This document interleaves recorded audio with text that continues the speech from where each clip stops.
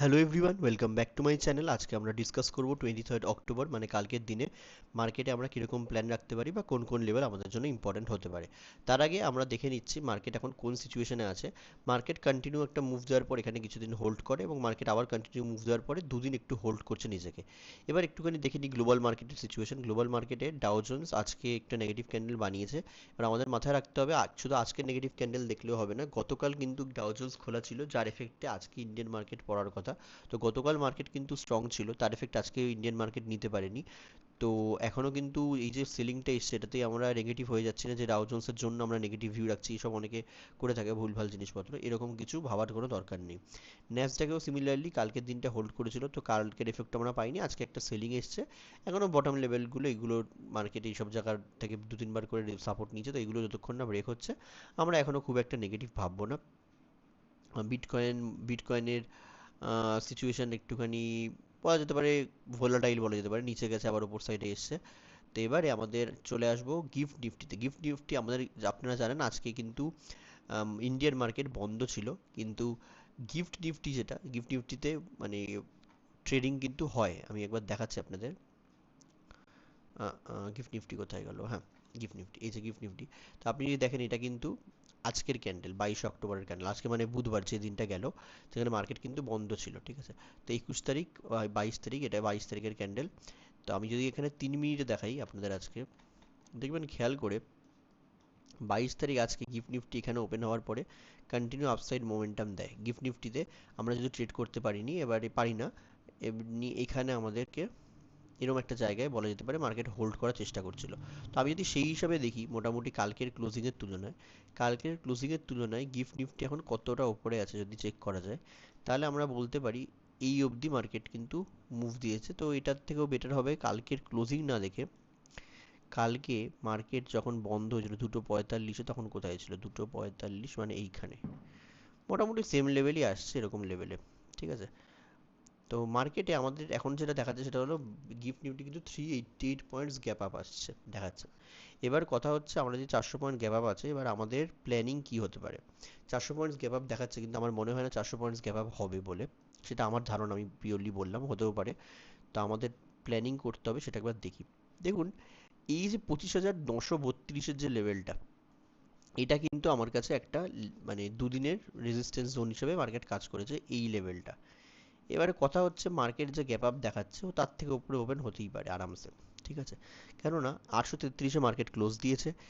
এবারে যদি মার্কেটকে মুভ দিতে মানে গ্যাপ আপ দিতে হয় 300 পয়েন্টের, তাহলে মার্কেট কিন্তু এই লেভেল অবধি হাইয়েস্ট গ্যাপ আপ দিতে পারে। একবার আমরা দেখে রাখি কত অবধি, স্ক্রিন ছোট হয়ে গেছে গ্যাপ আপ দেখতে গিয়ে, এই যে এতখানি। তো 26,190 অবধি ওপেন হলেও হতে পারে, ঠিক আছে। এবারে ব্যাপার হচ্ছে কালকে আমাদের প্ল্যানটা কিভাবে করব। তো প্রথমে একবার দেখুন এখান থেকে দুবার তিনবার সেলিং এসছে, এবার যদি এর ওপরে ওপেনিং দেয়, দেখুন শুরুতে একটা মুভমেন্ট দিয়ে দেবে ঠিকই, কিন্তু আমি বলবো পজিশনালি যদি মার্কেটে কিছু মানে নিউট্রাল টু নেগেটিভ ঠিক বলবো না, নিউট্রাল প্ল্যান করাটা বেটার। কেননা এই যে মার্কেট কন্টিনিউ আপসাইড মোমেন্টাম দিচ্ছে, সেখানে সেল করা অ্যাগ্রেসিভলি প্রবলেম। কেননা মার্কেট প্রত্যেকটা লেভেলে নিচে আসলে বায়াররা ট্রাই করবে। তো আমি যদি একদিন নেগেটিভ ক্যান্ডেল পেয়েও যাই, তারপরের দিন মার্কেট আবার উঠে যেতে পারে। বা যদি আমরা একটা আওয়ারলি ক্যান্ডেল নেগেটিভ পেয়ে যাই, তাহলেও মার্কেট কিন্তু আপসাইড আবার ঘুরে যেতে পারে যে কোনো এরিয়া থেকে।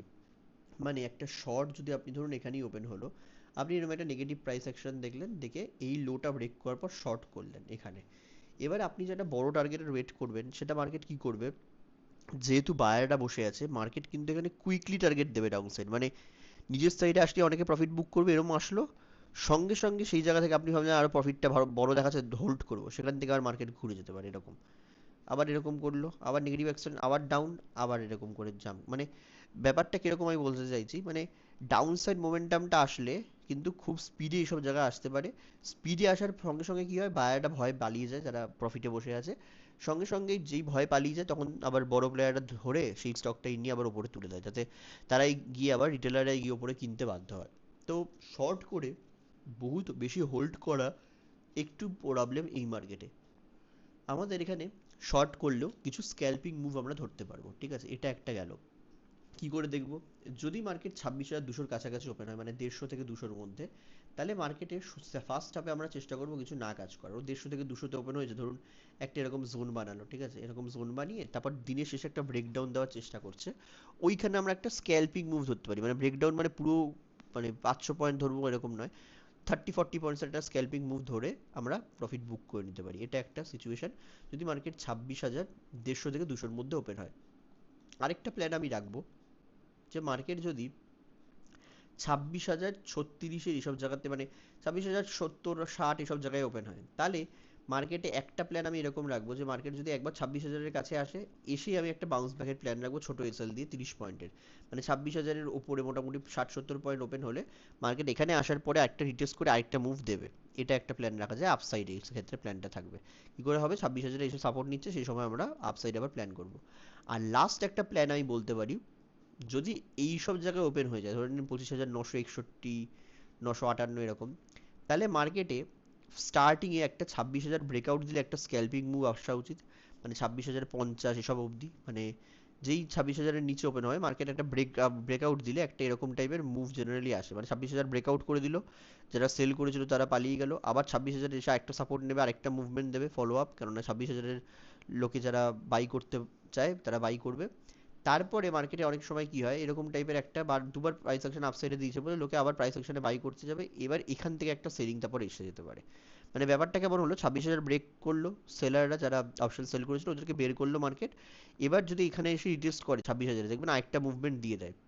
তো নয় সেখানে, নয় পরের বার এই মুভটা দেওয়ার পরে সেকেন্ড বার যখন মুভটা করে ওই আগের হাইটা ক্রস করতে যখন পারছে না, বলতে চাইছি মানে এরকম, যেমন এরকম মুভমেন্ট দিল, আরেকবার সেকেন্ড হাই যখন ক্রস করতে না পেরে যদি নেগেটিভিটি আমরা দেখতে পারি, মানে এর তলা যেমন নেগেটিভিটি দেখা গেছে, এই সেকেন্ড বার গেল, ক্রস করতে পারলো না, একটা ক্যান্ডেল হোল্ড করলো, পরের ক্যান্ডেল ব্রেক করলো, এরকম জায়গাতে আমরা যদি সিচুয়েশন দেখি, সেক্ষেত্রে কি হয়, 26,000-এর ওপরে ব্রেকআউটের পরে অনেক লোক বাই করে নিচে, যেহেতু এটা যদি সেকেন্ড হাফে গিয়ে হয়, তখন কিন্তু 26,000-এর নিচে যারা আবার এসএল রেখে বাই করেছে তাদেরকে বের করতে গিয়ে মার্কেট আবার এইসব লেভেলের মধ্যে ঢুকে পড়তে পারে।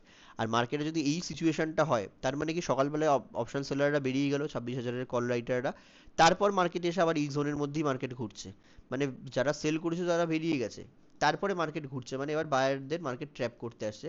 সেক্ষেত্রে মানে যদি কালকে এটা হয়, তাহলে কিন্তু আমরা একটা পজিশনাল, মানে নিউট্রাল মার্কেটের জন্য প্ল্যান করতে পারি, মানে আগামী 1-1.5 সপ্তাহ, যদি এটা হয় এই সিনারিওটা। আর হ্যাঁ, আর যদি এই জোনের মধ্যে ওপেন হয়, তাহলে আমি বলবো বেস্ট, মানে মার্কেটকে একবার সাইডে দেওয়া, যেতে দেওয়া, এবং মার্কেট যদি সেকেন্ড হাফে একটুখানি কিছু প্রাইস অ্যাকশন দেখি এইটাকে সাপোর্ট বানিয়ে ওঠে, সেটাকে বাই করা। তো বিভিন্ন রকম প্ল্যান আমি ডিসকাস করলাম, ফ্ল্যাট ওপেন হলে কেমন হবে, এত পয়েন্ট গ্যাপ আপ হলে কেমন হবে, মিডিয়ামে গ্যাপ আপ হলে কেমন হবে, প্রত্যেকটা প্ল্যান আশা করি আপনারা বুঝতে পেরেছেন, আমি ডিটেলসে বললাম। এবং ব্যাঙ্ক নিফটির ক্ষেত্রে যেটা আছে, ব্যাঙ্ক নিফটির ক্ষেত্রে এখানে কিন্তু একটা সেম লেভেল থেকে বারবার করে রেজিস্ট্যান্স নিচ্ছে। আমি বলবো যদি নিফটিতে, ব্যাঙ্ক নিফটিতে আপনি ট্রেড করেন, দেখুন bank Nifty all time high এর কাছে দাঁড়িয়ে আছে, এখানে শর্ট করা যথেষ্ট রিস্কি, আবার আমি লং করার কোনো অপরচুনিটিও দেখছি না। তো ব্যাঙ্ক নিফটির ক্ষেত্রে আমি বলবো, যদি আপনারা ইন্টারডেতে ছোটো ছোটো শর্ট করতে পারেন তাহলেই ঠিক আছে, কিন্তু বেশি বড় পজিশনাল শর্ট এসব এখন করার দরকার নেই, অল টাইম হাই ব্রেক করলে শর্ট করলে একটু মুশকিলেই পড়তে পারেন, ঠিক আছে? তো এখানে আমার সেন্সেক্সের যদি আমি চার্ট দেখি, সেন্সেক্সও একই সাইডওয়েজ আছে। তো মোটামুটি আমার কিন্তু আপসাইডে খুব বেশি প্ল্যানিং থাকছে না, শুধু একমাত্র এই নিফটির ক্ষেত্রেই যদি ফ্ল্যাট ওপেন হয়ে এইগুলো ব্রেক করে রিটেস্ট করে ওঠে তাহলেই একমাত্র, এছাড়া কিন্তু আমার খুব একটা লং সাইডের প্ল্যান নেই। গোল্ডে আপনারা দেখতে পাচ্ছেন আজকে নেগেটিভিটি তৈরি হয়েছে একটা, নেগেটিভিটি, মানে আমি এখান থেকেই যেদিন বলেছিলাম তারপর থেকে মার্কেট সেই হাই ক্রসও করেনি। সে যাই হোক, সেটা বলে তো লাভ নেই, আমি ট্রেড মানে অ্যাক্টিভও ছিলাম না, ট্রেড করিও নি। সিলভারে দেখতে পাচ্ছেন মার্কেট এখানে গেছিল, এখান থেকে আসলো, একটা লেভেল অবধি রিটেস্ট করেছিল, যেটা নর্মাল এইসব মুভমেন্ট এগুলো নিয়ে, মানে অদ্ভুত কেন ব্রেকআউট দিল, ফেলিওর হয়ে গেলো, এগুলো যারা মোটামুটি মানে প্রাইস অ্যাকশন ভালো করে বোঝে তারা জানে মার্কেট এত অবধি কেন আসলো, ঠিক আছে?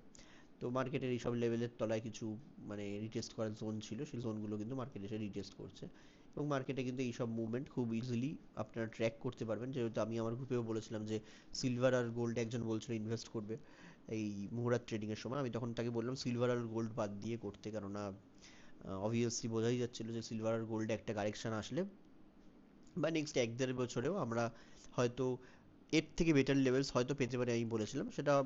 রিসেন্টলি মার্কেট দুদিনের মধ্যেই সেই লেভেল দেখিয়ে দিচ্ছে। তো আমাদের জাস্ট পেশেন্টলি নিচের লেভেলের ওয়েট করতে হবে, যেই লেভেলে আমরা অ্যানালিসিস করে রেখেছি, অবশ্যই সেই অ্যানালিসিসটা ডিপ হতে হবে, মানে যা তা করে অ্যানালিসিস করে দিলে হবে না। তো আজকের ভিডিও এটুকুই থাকছে। কালকে ভাইফোঁটা আছে, সবাই এনজয় করবেন। আমিও সকালবেলায় আমার দিদির বাড়ি বেরোবো, আমার যেহেতু প্ল্যান্স আছে ওখানে। তো আমি যদি টাইম পাই তার মধ্যে গ্রুপে অ্যাক্টিভ থাকবো, যারা গ্রুপে আছেন তাদের জন্য বলে দিলাম। আর যদি অ্যাক্টিভ না থাকি, পরশু দিন থেকে আমি আবার অ্যাজ ইউজুয়াল মোটামুটি অ্যাক্টিভ থাকার চেষ্টা করব। তো আজকের ভিডিও এটুকুই। ভালো লাগলে চ্যানেলটি লাইক করবেন, আর চ্যানেলটি সাবস্ক্রাইব করবেন, ভিডিওটি লাইক করবেন, আর বেল আইকনটা প্রেস করে দেবেন যাতে সব ভিডিওর প্রথম নোটিফিকেশন আপনি পান। আমি একটা কালী পুজো রিলেটেড ভ্লগও দিয়েছি, যেটা আমাদের বাড়িতে পুজো হয়েছে, তো সেই ভিডিওটাও চেক আউট করতে ভুলবেন না। আমি এন্ড স্ক্রিনে সেটার লিঙ্ক দিয়ে দিচ্ছি। Thank you.